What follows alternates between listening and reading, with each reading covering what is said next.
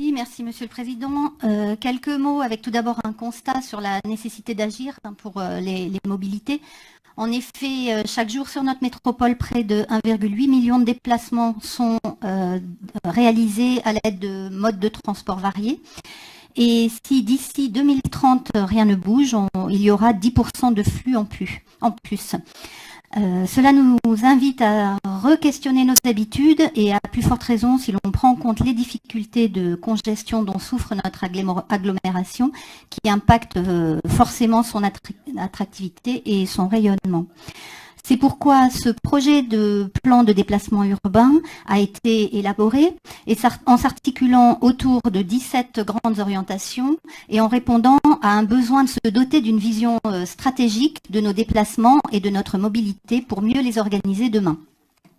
Ce PDU, nous pouvons en faire l'outil de mobilité des politiques publiques que nous portons, à savoir justice et cohésion sociale, équité territoriale, accessibilité pour tous, connexion avec les territoires voisins, la santé publique, l'accès à l'emploi, sans oublier la transition écologique et la lutte contre la pollution, sur lequel il faut bien le dire, l'accent est fortement mis, même si sur certains sujets comme la zone de circulation restreinte, un effort supplémentaire peut encore être effectué.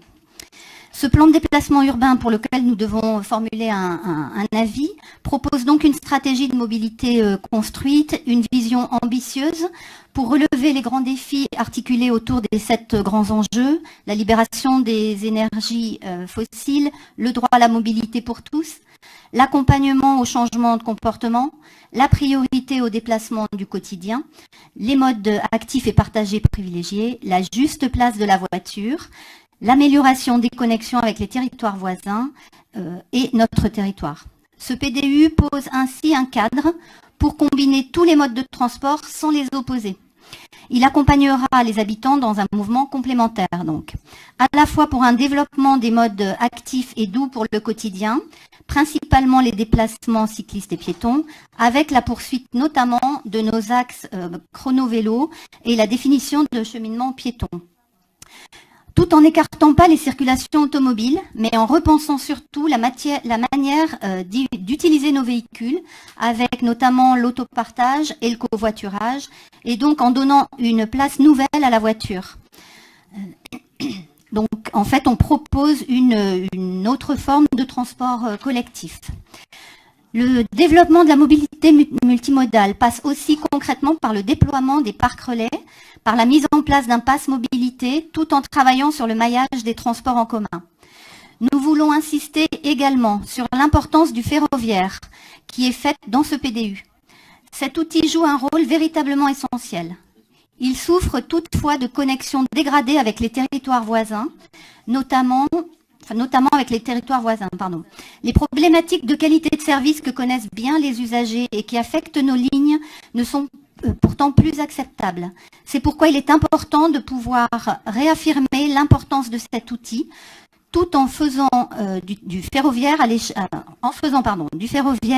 du bassin de déplacement une ambition forte avec 2 objectifs, la fiabilisation de la ligne Grenoble-Lyon et le développement d'un RER métropolitain.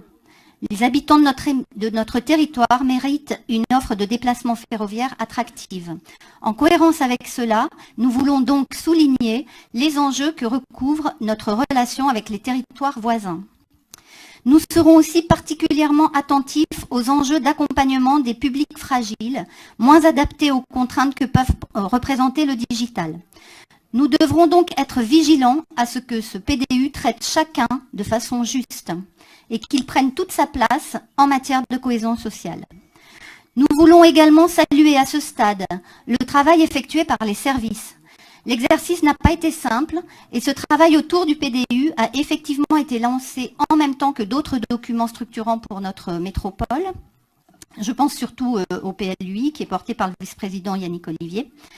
C'est d'ailleurs particulièrement important pour réussir à articuler notre vision pour la mobilité avec notre stratégie en matière d'aménagement. Alors oui, il y a certaines critiques, on entend certaines critiques sur ce projet. Elles sont entendables. Le retard pris dans la construction du projet de PDU, par exemple. Tout n'est pas parfait.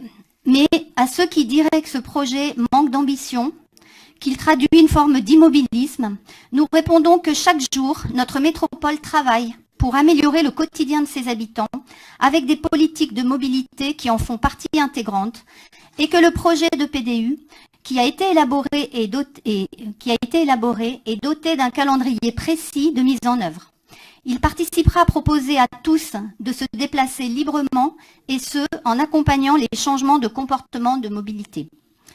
En conclusion, je voudrais rappeler que les communes ont été déjà consultées et que l'enquête publique à l'automne permettra à tous les métropolitains de donner leur avis.